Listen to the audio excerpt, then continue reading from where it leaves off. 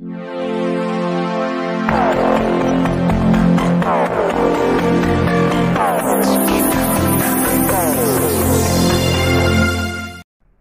कारखान्यासमोर कर्मचाऱ्यांचे थकीत वेतनासाठी 11 दिवसापासून उपोषण सुरू। पानगाव येथील पनगेश्वर शुगर मिल्स लिमिटेड या कारखान्यातील कामगार कर्मचारी यांचे हक्काचे थकीत रक्कम न देता कारखान्याची विक्री व हस्तांतरण झाले आहे।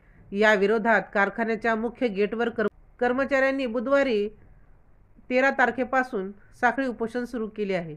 कर्मचाऱ्यांनी दिलेल्या निवेदनात नमूद केले आहे की आम्ही सर्व कर्मचारी पनगेश्वर शुगर मिल्स लिमिटेड पानगाव तालुका रेणापूर जिल्हा लातूर या साखर कारखान्याच्या स्थापनेपासून कर्मचारी आहोत। कैलासवासी गोपीनाथराव मुंडे हयात असेपर्यंत आमचे पगार नियमित होत होते। त्यांच्या पश्चात आमचा पगार ग्रॅज्युटी व PF बाबत अनियमितता झाली।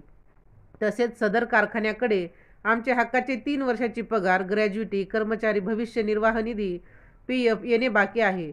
त्यामुळे आमच्या कुटुंबावर उपासमारीची वेळ आली आहे। तसेच आमच्या मुलाबाळाचे लग्न मोडले, शिक्षणापासून मुलं वंचित राहण्याची वेळ आली आहे। यामुळे आम्ही पूर्वीच्या व्यवस्थापनाकडे वेळोवेळी निवेदन देऊन अनेक वेळा आंदोलनेही केली, तरी पण आमच्या मागण्याकडे जाणीवपूर्वक दुर्लक्ष केले व कोणासही माहिती न होऊ देता व कर्मचारी कामगार यांच्या थकीत वेतनाची तरतूद न करता अंबाजोगाई येथील विमल ॲग्रो फूड्स प्रा लिमिटेड या कंपनीस कवडीमोल किमतीत कारखान्याची विक्री केली।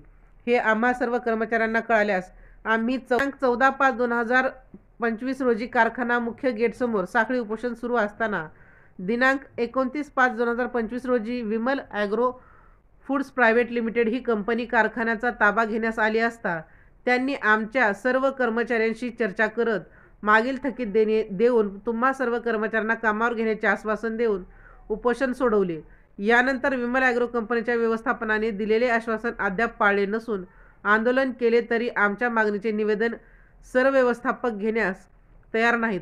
याउलट आमच्यावर मनुष्यबळाचा वापर करून दबाव आणण्याचा प्रयत्न करत आहेत। त्यामुळे आम्हाला नाईलाजास्तव 13 ऑगस्ट 2025 पासून मुख्य गेटसमोर आमच्या मागण्या मान्य होईपर्यंत लोकशाही मार्गाने साखळी उपोषण करणार आहोत, असे या निवेदनात नमूद करण्यात आले आहे।